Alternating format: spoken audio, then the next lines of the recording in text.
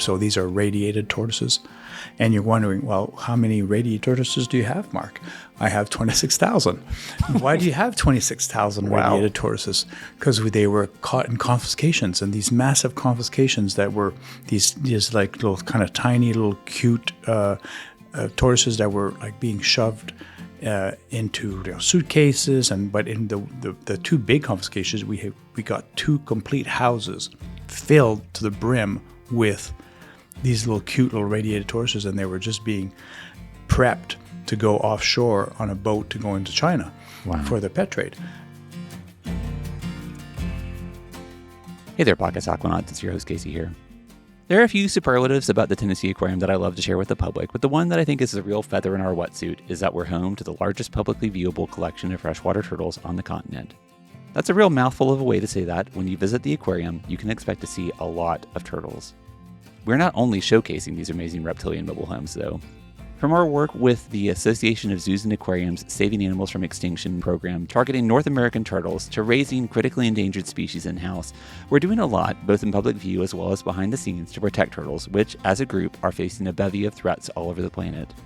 As with almost all conservation efforts, our work to safeguard turtles isn't being done in isolation. We work in collaboration with numerous partners, whether that's state and federal agencies or civilian nonprofits like this episode's guests from the Turtle Survival Alliance. A South Carolina-based institution with a global reach, the TSA is currently operating in more than 30 countries as part of its nearly 25-year campaign to protect turtles and restore them to the wild, especially critically endangered species. In this episode, we'll talk about why turtles are imperiled, the important work TSA is doing to end practices like turtle trafficking, and even how the eastern box turtle became the official state reptile of Tennessee. Given this episode's topic, it's probably fitting that this is a bit of a slow start, but let's get things moving, shall we? On with the podcast.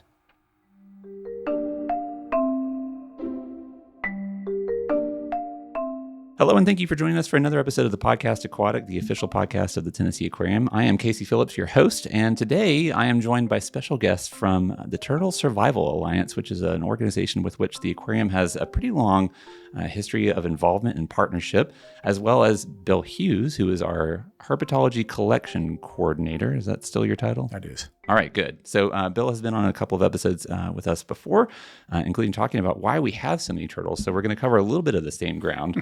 I know he's pointing at one of our other special guests, Dave Collins, who has a long history with the aquarium as well, not just with the TSA, but as our former director of forests. I think that was your title. Right. All right. And then also, Mark, we talked about this before. I am not going to try and pronounce your last name, but I'm going to make you know. I'm not going to do it. Depuis désormais. Okay. Now you know why I didn't try. Double D. All right. And Mark, you are the president and CEO of the Turtle Survival Alliance, hereafter known as the TSA, because I do not want to try and say that every single time. Correct. And Dave, as far as your involvement with TSA, you're the program leader of the AZA Saving Animals from Extinction American Turtle Program, as well as the senior director of domestic conservation. Is that still accurate? That's accurate, and I would reverse that order because I read it wrong. I read it wrong on my notes. So, but yes, you are the senior director of domestic conservation at TSA, as well as the program director or program lead for the AZA Safe program for American turtles. That's right. All right. Okay, so for people who have never heard of TSA, let's start off with a bit of an overview. So, what is TSA's mission, and what do you aim to accomplish? So, who are you, and what do you do? Yeah, great. Let me take that one. So we are an organization that was formed almost 25 years ago. So we're about to hit our 25th anniversary. And we were created to save turtles in the wild. We were built out of a kind of an Asian turtle extinction crisis where there was a lot of turtles being taken from illegal trade. And we quickly realized that some of these turtles were going to go extinct because they were just being taken at such a high rate. So our mission is to keep turtles wild, protect them in the wild, in situ, so in their range countries. But when they can't, we have an assurance colony in South Carolina, in Cross, where we keep the 25 of the world's rarest turtles from going extinct. And the idea there is that we're basically a genetic ark, and that eventually those offspring, we can then put them back into the wild once we have protected areas in range countries. So we're just keeping them alive. It's like, if you imagine we'd have like a bunch of like really, really rare species, and that's it. That's the only place you can see them. and maybe a few other zoos that are participating as well. But that's our mission. So we're trying to save turtles from extinction, and at the same time create an environment where people know about turtles and understand that these are a really at-risk vertebrate group. So you're also kind of PR then for turtles. We are PR for turtles, yes. Okay. And you mentioned a genetic arc. So if you've listened to the podcast before, you may have heard us use the term arc population. And we have an arc population at the Conservation Institute that I know that the two of you were touring earlier this morning for the laurel dace, which is a critically endangered minnow that's found on Walden Ridge near Chattanooga and nowhere else. And we're keeping them just against the possibility, as you said, of extinction in the wild. So you're doing a similar sort of role for turtles. Very similar, yeah. We have some species that we're trying to breed. We've been very successful at breeding most of the species that we have at the center. There's still a few that are proving challenging. But and the turtles are not fish, so they take a longer, right? Then they don't get to maturity, and some of them until they're 15 or 20 years old. So it's really hard to get them to maturity. It's hard to make sure that they stay alive. And then it's like, okay, what do they need to mate? What kind of stimuli do they need? When do they mate? How do we keep the eggs, alive? How do we make sure they hatch? Like, what's the proportion of hatching? Dave can go in on that at length. So you all were here. I mentioned that you toured the Conservation Institute. You've actually been here all week, and you are, as you said, based out of South Carolina. So what are you here doing? So we have our TSA symposium. It's an annual symposium. It's our 23rd this year that we have, and we bring in turtle researchers from all over the world. So there's over 300 people in Chattanooga right now talking about turtle biology, turtle conservation, husbandry, disease, reintroduction, just basic biology as well, from all over the world. So I think we have representation from over 20 countries, and they're all here in Chattanooga this week, enjoying Chattanooga. That's been fantastic, and thank you again for hosting us for that amazing night out at during our icebreaker. So it must be nice to have moments like this where you are convening with other people who are doing the work and fighting the good fight, because I imagine that when you're talking about a problem as widespread as the survival of all turtles around the world, and we'll get into turtles being all around the world later, I think, but it can feel like such a big problem that I'm sure that it can kind of feel like you're kind of fighting David against Goliath. So finding that there are other Davids also fighting Goliath must feel pretty good. David, I guess you should take that. Yeah, that is one of the big things about this conference, because it gives us an opportunity to, not just look at our colleagues through a Zoom lens, but to really be in person, where we can sit down and talk. A lot of great things come out of these conferences because they come out of that face-to-face contact where we share ideas and we look at, just get stimulated to produce new ideas. So usually after a meeting like this, there's a sort of tremendous boost in motivation to new ideas, to new groups being formed. So these are really an important component of the whole prospect. So I would like to get a little bit of backstory on the three of you. Bill, we talked a little. I think we have gone over your particular backstory with turtles, but I would like to know what Dave and Mark. What was your first exposure to turtles? You obviously work at Turtle Survival on it, so you must like turtles quite a bit. I know you do, Dave. Mm-hmm. So, what is the first memory you have of interacting with a turtle, and what species was it? Where were you? How old were you? And what impact did it have on you? Well, I'd say my earliest memories are when I was probably, I'm trying to remember how old I was. I was thinking I was around 5. We had family in the Midwest around Detroit.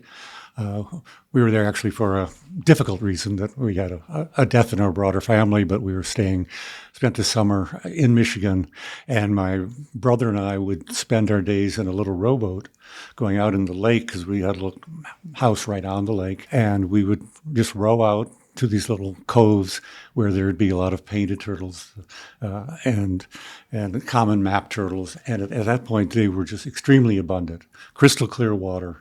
And the images I have of just the two of us rowing up there and just seeing basking turtles, being able to just watch them swimming under us and actually get them in a net and hold them and then release them.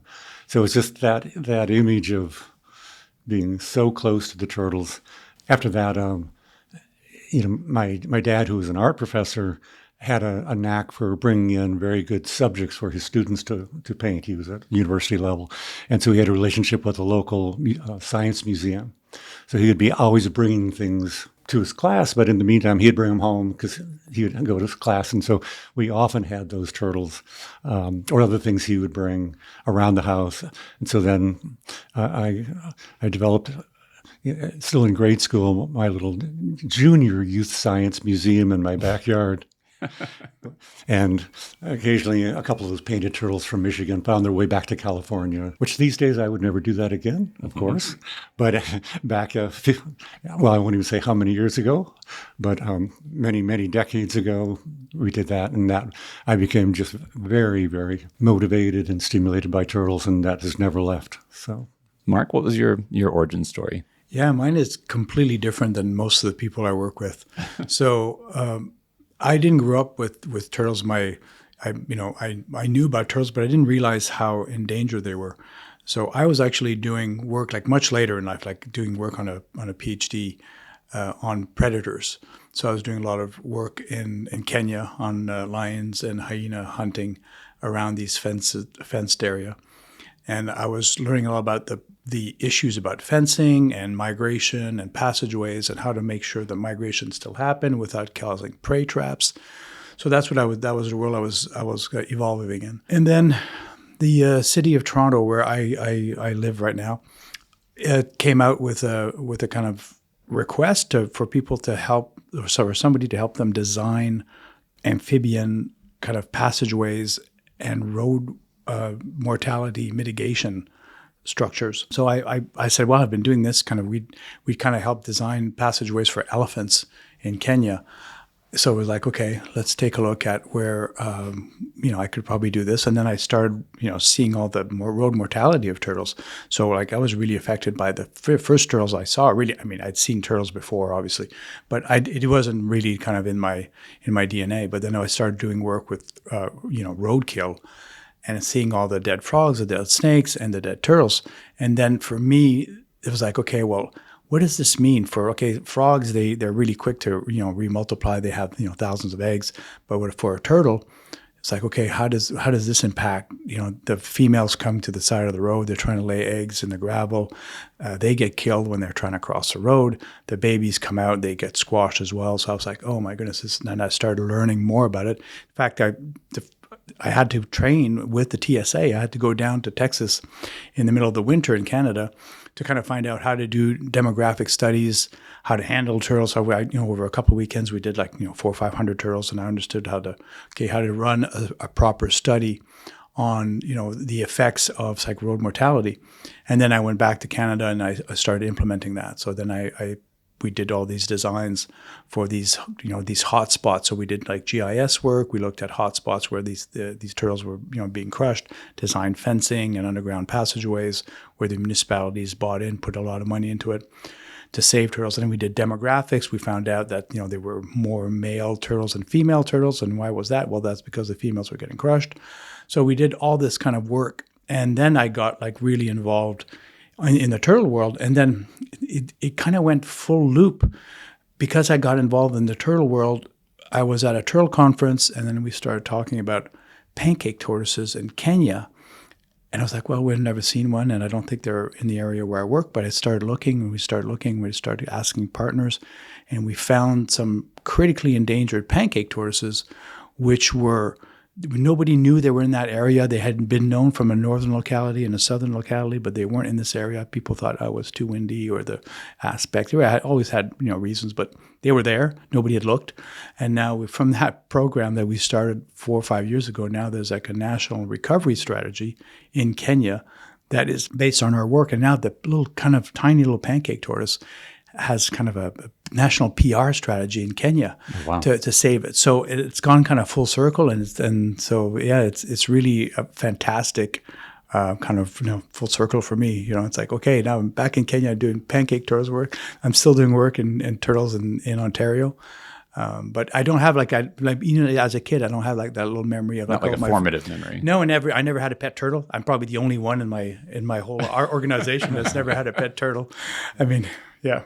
Well, Bill, you have quite a few turtles at your house, and I believe we have we do have pancake tortoises in the turtle nursery in the River Journey building, don't we? Right now, We do have pancake tortoises. Yeah, we didn't for a while, and I missed them tremendously because they look like they have had an encounter with a vehicle or an elephant, but they are actually just shaped that way. That's just how they were made. We should go visit them soon because they are being displaced because they've gotten big really fast and they're moving on to be replaced by something we haven't exhibited in the nursery before. Oh, no. Well, there's always good reasons to go to the turtle nursery because there are always, like you said, a rotating cast of characters there to go and see and appreciate. Pancake tortoises just happen to be one of my favorites. Bill, can you give us a brief summation of your own backstory with why you fell in love with turtles? Because I think it's fair to say that they're one of your favorite animals. I think you said that actually the last time you were on the show. Yeah, they are my favorite animals. The particular species depends. I'm kind of fickle about that. So if you ask me my favorite species now and ask me in 6 months, it might change. But I have some vague memories of having pet turtles as a kid, probably that I found in the woods nearby. Kept them for a while, probably in a cardboard box. Again, like Dave, don't do this. And then released them. But it stuck with me. So my career has taken different paths, but that always stuck with me. So at some point I course correct it and stop with the distractions, as I call it. Just went back to the turtle thing and haven't looked back. So. And for a much longer version of that story, again, go back to our Why Are There So Many Turtles at the Aquarium? I don't remember. It's Turtles All the Way Down, I think is the name of the episode. I think so. I think that was the episode. It's primarily because of this man sitting across from me, Dave Collins, because when the aquarium opened, he started getting turtles, and some of those turtles are still here. But in the years since, we just keep adding turtles to the collection. It's not willy-nilly, or that's probably a dated phrase. It's not random turtles. We have a collection plan. Yeah, there's strategy behind it. There is a plan.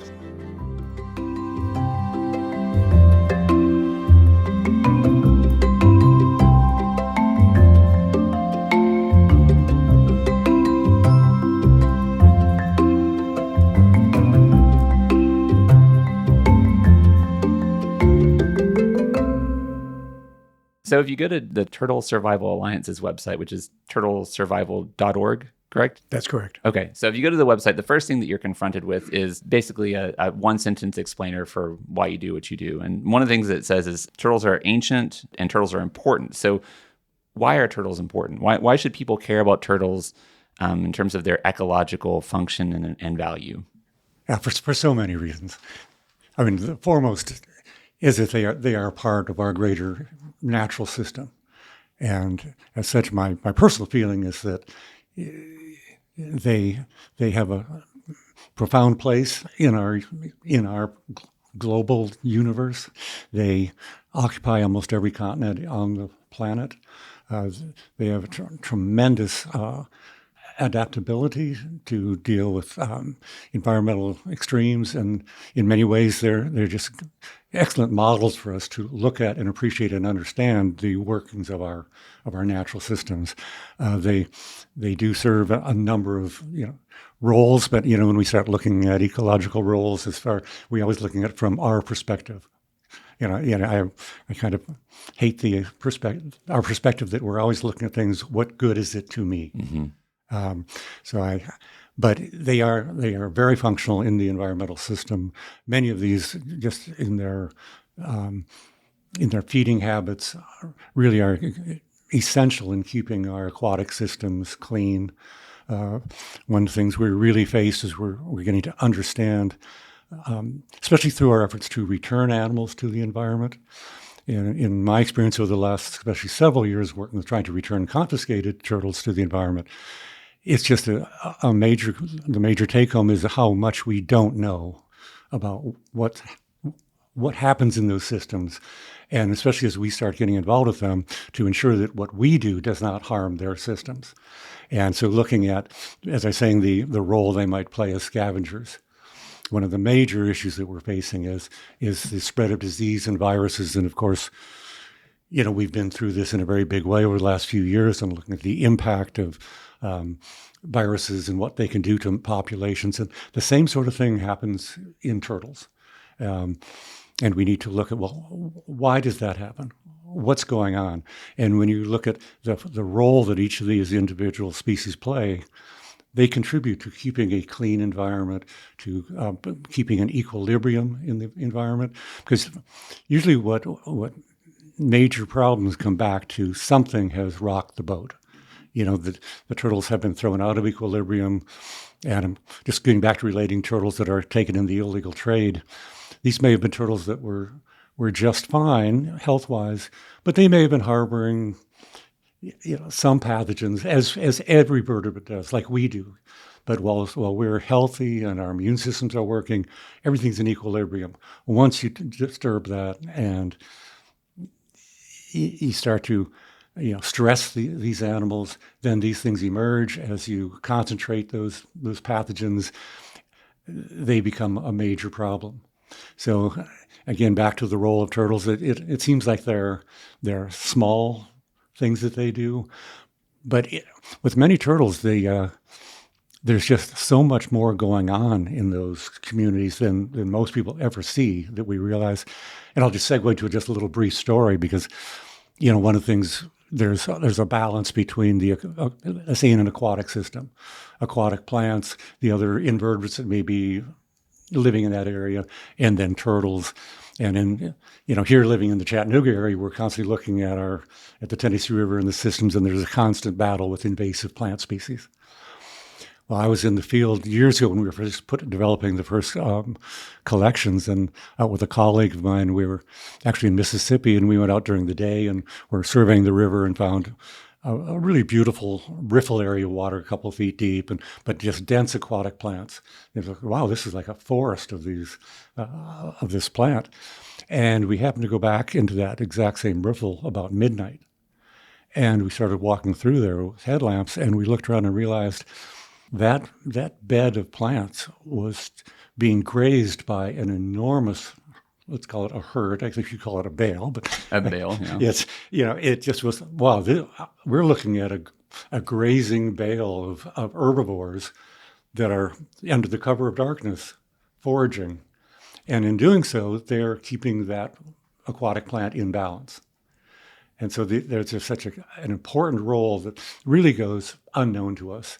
People think about the common snapping turtle.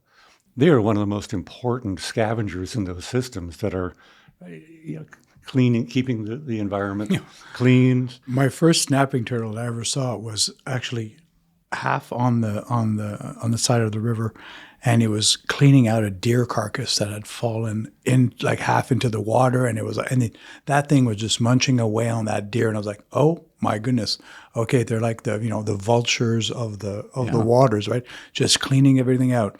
The other thing I was going to say in terms of things that we don't think about turtles doing, but like think of a gopher tortoise, right?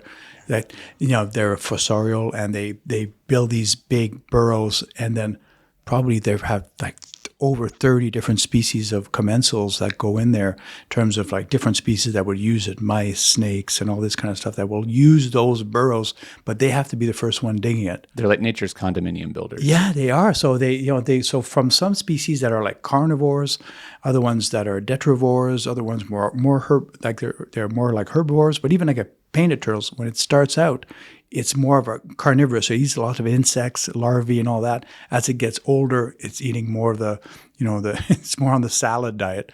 And you think of other ones that are like, okay, they're just like really good at cleaning out systems, and they are also a great part of the ecosystem. As they do all this stuff, but they're also food for other animals. Like their life history is about laying a bunch of eggs, right? And then good luck, so like and patches of those, but they're bringing nutrients. Say an animal that's laying eggs from the aquatic system, bringing those nutrients on land, and that brings that calcium on land and all that. But it also feeds other animals. So the way they're balanced, and you're talking about balance, their evolutionary history is so long, but they're balanced in a way that they know they're going to lose a lot of hatchlings and eggs to predators, and that's fine.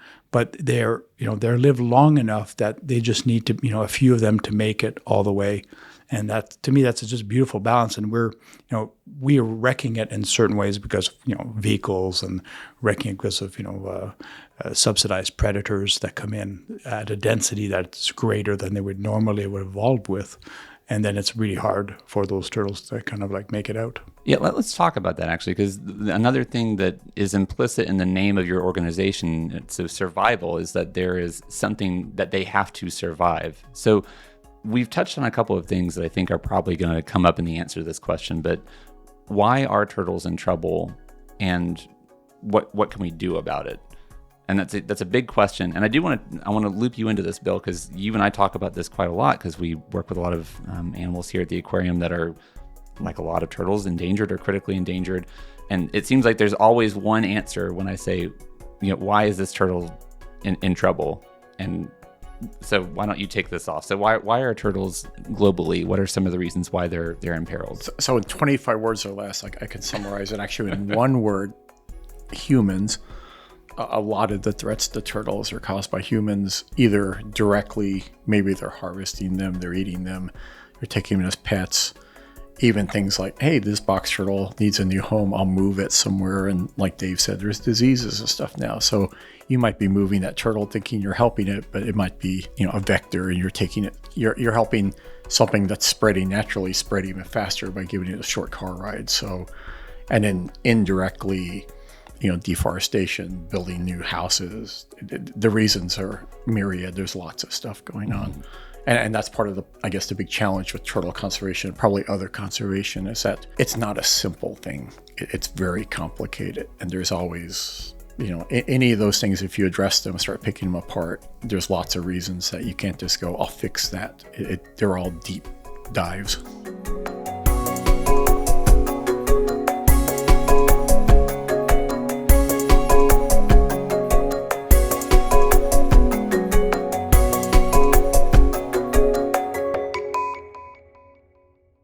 If it is such a complicated problem, how do you approach that?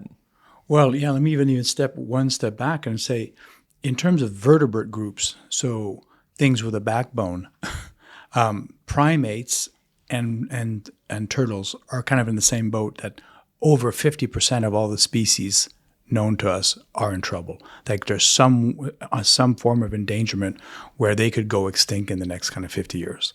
So that's a kind of real call to action, because people don't think of, like, a lot of people think, turtles, they just think of sea turtles. There's 7 species. There's 357, and I apologize for taxonomists who are probably doing some changes in how many species there are, but let's call it 357. So there's 350 that are freshwater or they're tortoises, or one of those two categories. And half of those species, actually probably closer to 60%, are in danger. So we're already faced with like, okay, wow, we gotta try to figure this out quickly, because we don't have, they're fine and we don't have to worry about it. So everything that we're doing in terms of like, issues with, let's say, everything that Bill just kind of rhymed off is critically important. So we have conservation actions, but it depends. In certain systems, we don't even know what needs to be done. So we have to start with surveys, and we're trying to save them in situ, so where they live in their range countries.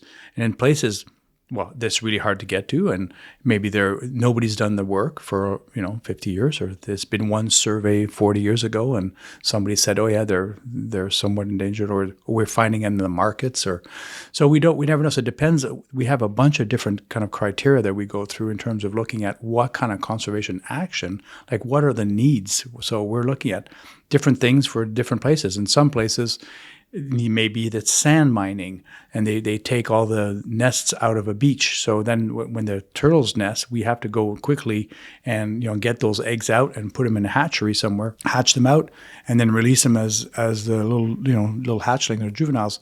In other places, maybe it's the hatchlings that are getting caught and they're being sold in the illegal market. So we try to then take them out and then grow them to the size that they're no longer that appealing to go to China or something like that. So there's a bunch of different conservation actions that we're trying to do that fit the bill for the different kind of needs that we see around the world. And Dave, I think a good continuation of this line of thinking and discussion is to talk about the AZA SAFE program. So the Saving Animals from Extinction, SAFE, SAFE, American Turtles program, again, we talked about you being the lead for that program. And I think that started while you were here at the aquarium back in 2020. I think that was when we announced that we were involved in that, or it was created. So what is the AZA Safe American Turtles program, and what is it trying to do, and how does that kind of relate to what Mark was just talking about?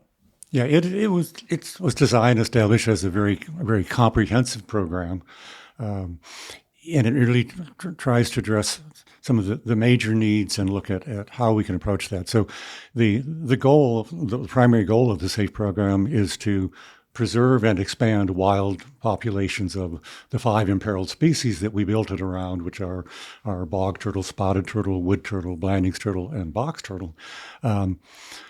And looking at it from a number of different aspects, some of the key areas of the SAFE program are, one is focused on the illegal trade because it represents a high threat to wild populations because of the biology of turtles. And their slow reproductive, low reproductive rate and their slow age maturity, they just can't replace the loss. So this is what sets them apart from many other vertebrate species. A turtle that doesn't even reach maturity until they're 15 years of age, when another vertebrate group, like a fish that people think, well, why can't you catch turtles when you can catch all these fish? Well, in that 15 years, a largemouth bass has just produced 3 million fry. It's a whole different perspective.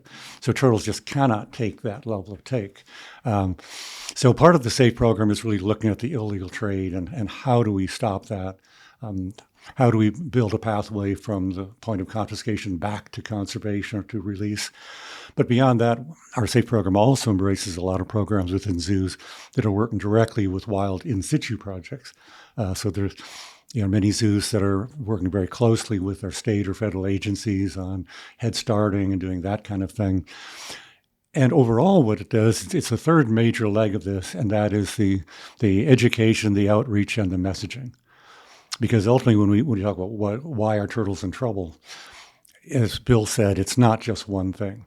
In fact, we look at the illegal trade, and it's so focused and so horrendous. It's something we can focus in on, but really, it's not the greatest threat.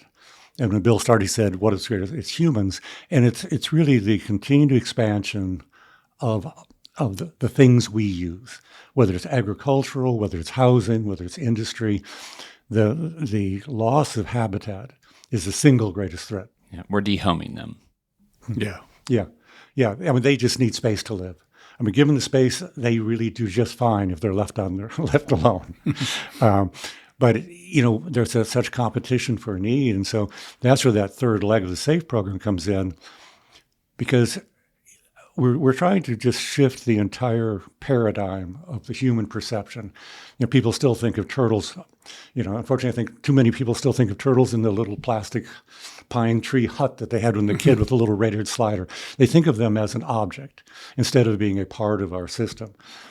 I think if we can change that perception to the point, then when a project is being designed, let's say an apartment complex, you see so many of these built around the edge of a wetland. The first thing they do, we need to clean up that wetland, and so they'll drain it and make it into a pond, because that's more human centric. Mm-hmm. But the reality is, if you just looked at that from a different perspective, that we can share this environment. We can design our environments where we incorporate the natural components. And if we even get even more sophisticated, we can say, and these need to be linked. So the next development over here will continue that corridor of green space. And a lot of communities are doing that. Here in Chattanooga, the Riverwalk, that we're developing pathways to connect natural areas. And that's what animals need. They need connectivity so that genetically they can stay in touch, so that if something happens to one population, the next population is there to backfill it. Over time, they'll do that. But turtles they do everything slowly. It takes time. You have to preserve that lace-like network that is we call metapopulations that support the populations. As that starts to deteriorate and populations become isolated, that's where we're in danger of extinction. You're losing the last one. So the real conservation needs to start well ahead of that to keep that fabric intact. And that starts with people understanding, what the need is, and that's where the exhibits at the aquarium are so important. I think the best teachers we have are the kids that are going to teach their parents. So they come in and they go to the nursery exhibit, and they sit there and they're just enamored with those baby turtles, and all of a sudden the parents take a second look. Oh yeah, and then they get the story. Why are we doing this? This is not just entertainment. There's a very big message behind that.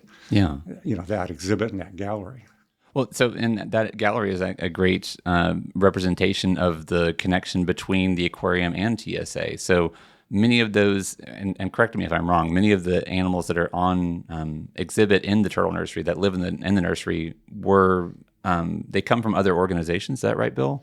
A lot of them come from other organizations, and a significant number come from the TSA breeding center. Yeah. So can you, for people who've never been, can you kind of paint a word picture for what the nursery is and why we are exhibiting these young animals and the role that TSA plays in helping us do that? Of course, yeah. So we have, I don't remember the number of exhibits. There's a bunch of small exhibits with hatchling turtles or youngsters. We get animals from other institutions, other zoos. There's a couple from confiscations. There's several species from the Turtle Survival Center. But I guess my thoughts on what it is that kids see it, they're drawn into it. Adults see it. No one yet has said, "Oh, I don't like turtles." Especially baby turtles. Especially baby turtles. It's hard to hate on those. Mm-hmm. I've suggested, maybe next time we could have a viper nursery, but no one's down with that. And there's a reason. So with the baby turtles, people get drawn into it, but then they read the labels and it says critically endangered, and then suddenly there's a talking point or they're interested. And like Mark said, some of these turtles that the Turtle Survival Center breeds, their wild populations are meager at best, or maybe possibly even Some of them not. some of them are probably extinct in the wild. There's at least 4 species. I think we have as far as we know, they're extinct in the wild. And But you can come here and you can see a baby of that. we should back up just for a second, because you said the Turtle Survival Center, and I don't know that we ever explained exactly what that is, Mark, because we were talking about this before the episode started. And maybe you did. Maybe I just lost it in the course of the conversation. But Turtle Survival Center is what exactly? That's our key piece of property in South Carolina, where we have like 900 turtles that we're breeding for assurance colonies. Okay. So that's our genetic arc. Okay. So that's part of the Turtle Survival Alliance. We have the center as well. Okay. I apologize, Bill. No, Sorry. that's good. And I think from what I recall, and I think it's true, that the collection plan basically is you only work with species that are critically endangered. Right. So We're their last. We're the backstop. everything there is in not good form, not in good shape in the wild, or gone from the wild. Yeah, it's really sad to look at that. As you said, you mentioned the logo tends to say where the animal came from as well as its conservation status. Yes. And it's sad how many of those have endangered or critically endangered on them. The Tennessee Aquariums podcast Aquatic is made possible by support from the Tennessee Conservationist, the official magazine of Tennessee state parks. Each issue is filled with fascinating stories about Tennessee's native species, rich history, and unique culture. It's also your guide to exploring state parks and planning your next outdoor adventure. Subscribe today at tnconservationist.org.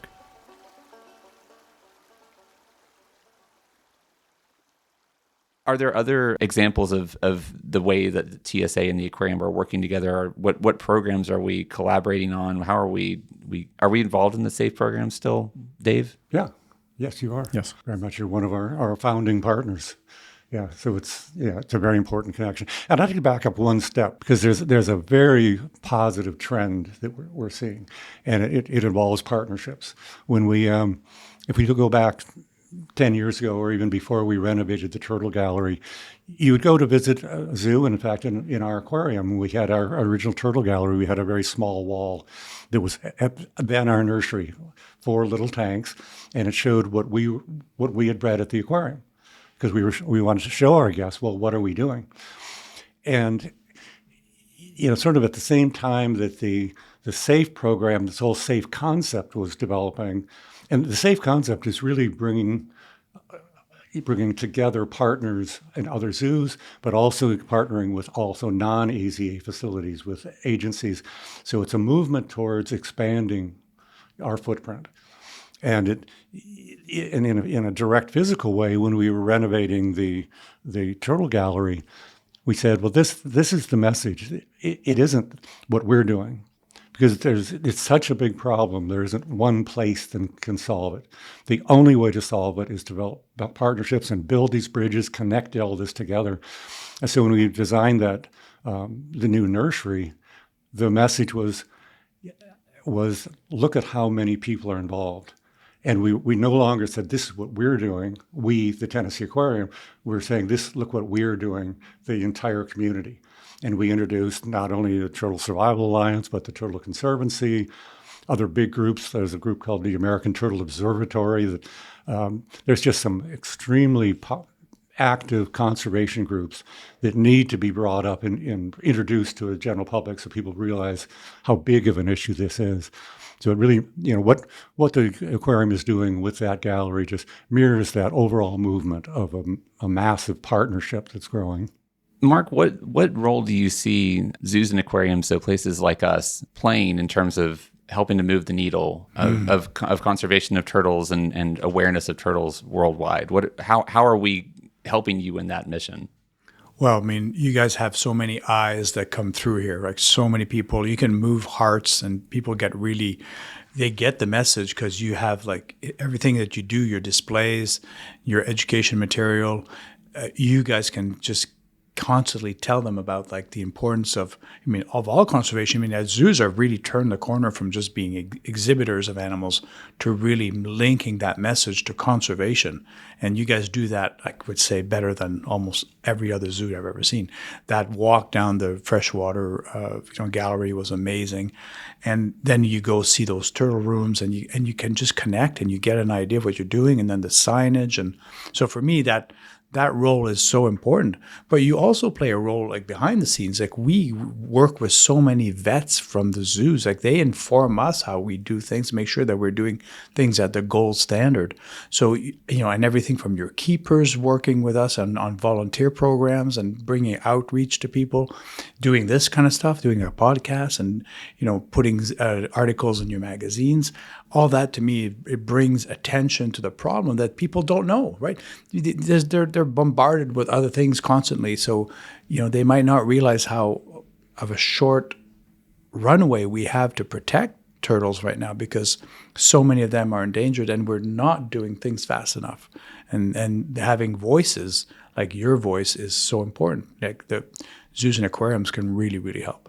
Bill, can you give some examples of animals that TSA has worked with us to exhibit, the ones that came from TSA that maybe people can see here? Yeah, of course. There's a genus of turtles in Southeast Asia, and I think it's changed. The number has changed. I don't remember what the current number is, but most of them are critically endangered or extinct in the wild. And it's very cool, but it's also very sad. But you can see, I think we have 5 of those species now, and all the ones we have are the critically endangered ones. They're basically the Asian equivalent of our box turtles, but they're all severely in trouble in the wild. But you can come here and you can see these babies. There's Indo-Chinese box turtles, there's Pan's box turtles, golden head box turtles. Yeah, Trifasciata, the three-striped, keeled box turtles. They're all not doing well in the wild. Well, and actually, I should roll things back just a little bit because I missed an obvious entry to talk about the design of the aquarium from the beginning. Because as we have alluded to a couple of times in the course of this conversation, Dave, you were sort of instrumental. I've heard stories about this from Bill and from other people that Jackson Andrews, our former chief operating officer, once asked you, do we really need turtles in all of these exhibits? And you very staunchly said, yes. So can you explain why there are so many turtles? Because one of the superlatives about the aquarium is that we are home to and Bill, you're going to have to rescue me here, but the home to the largest publicly viewable collection of turtles in North America, or freshwater turtles in North America? Yes. I'm stumbling my way through amazing. That. So why is that? Why did you stump for them from the very beginning to have them on display in so many different habitats? Well, because for a very selfish reason, I love turtles.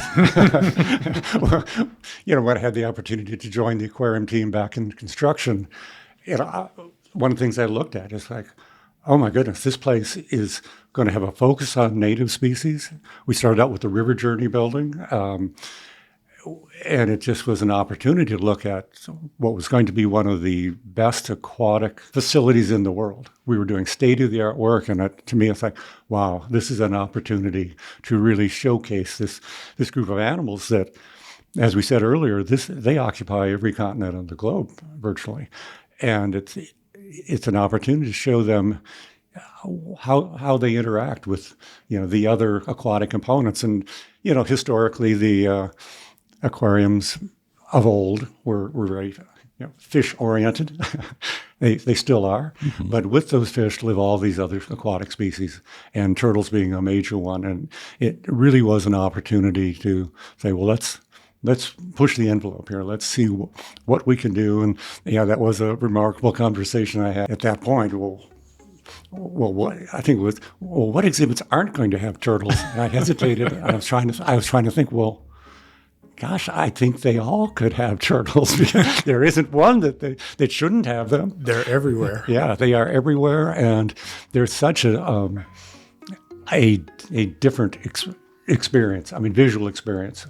When you watch in sort of the Nickajack exhibit and you see the big sliders just cruising through a group of bluegill or bass or something, but oh yes, this is an extremely diverse environment down there. Mm-hmm. It's not just one thing. It's a very complex environment, and the turtles bring that message home really well.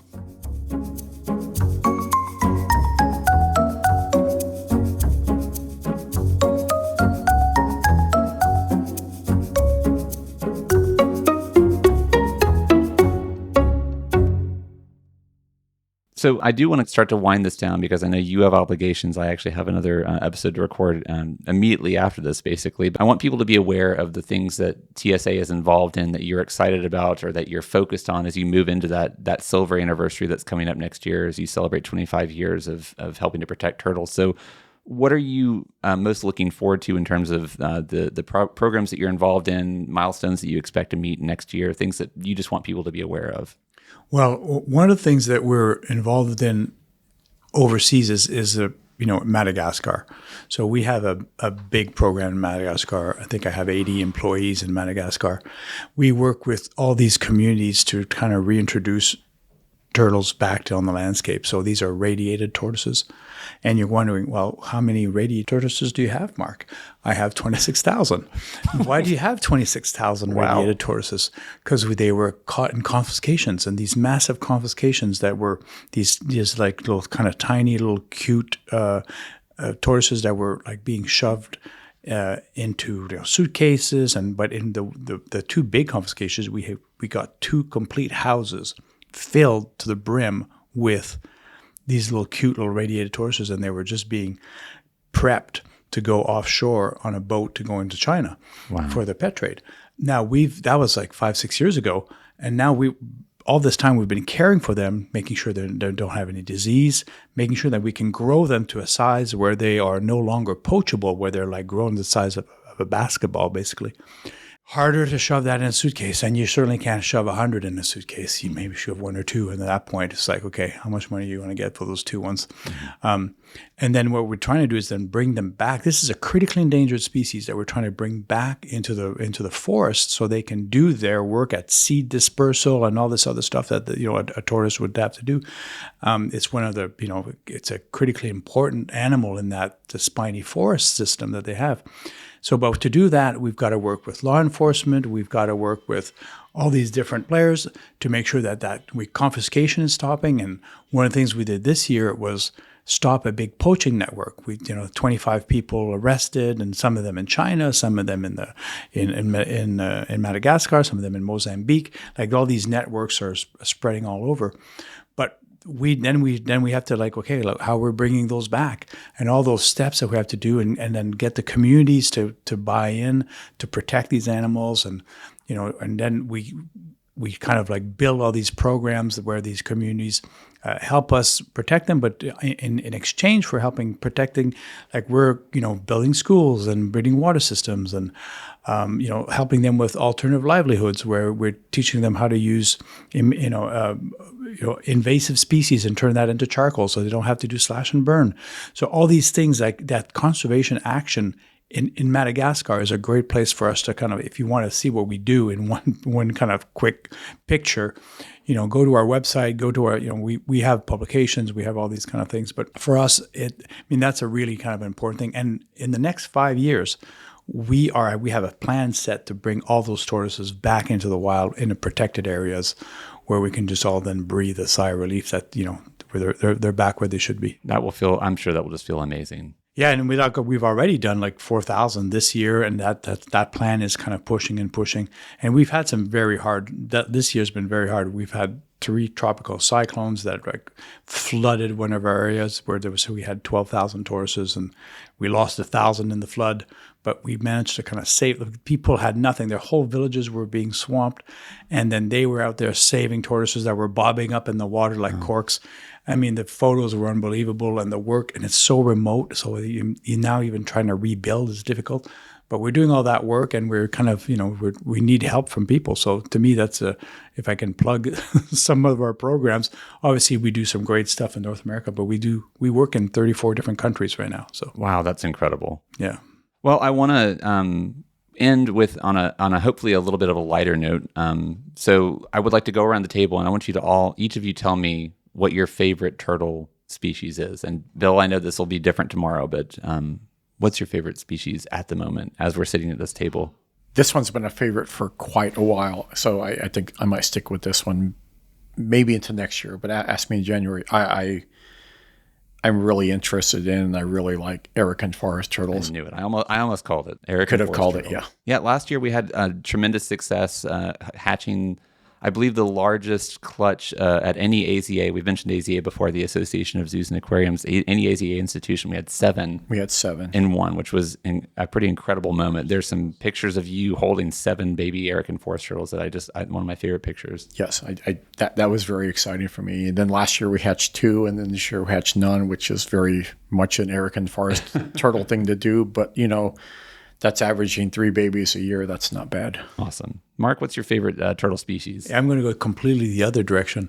My favorite species is the one with the biggest range, actually, in North America. So it's a common snapping turtle. And to me, it's the turtle with so much personality. I've worked with a lot of them. I've probably, handled close to 500. So to me, that's a great turtle. And it's such an important part of our ecosystem. And it's, I love them. So yeah, I'm going to go with the common snapping. All right. Dave, I'm very interested to hear what your answer is. Could I guess it, Dave's? Sure, go ahead. Oh yeah. Would it be spotted turtles?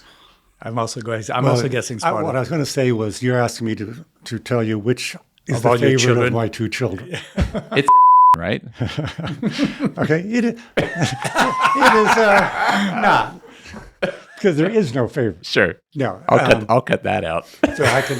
Yeah, Bill hit one of the children, and the other child is the wood turtle. The wood turtle. Okay. They are probably my 2 favorite children. I would have thought wood turtle, honestly. Yeah.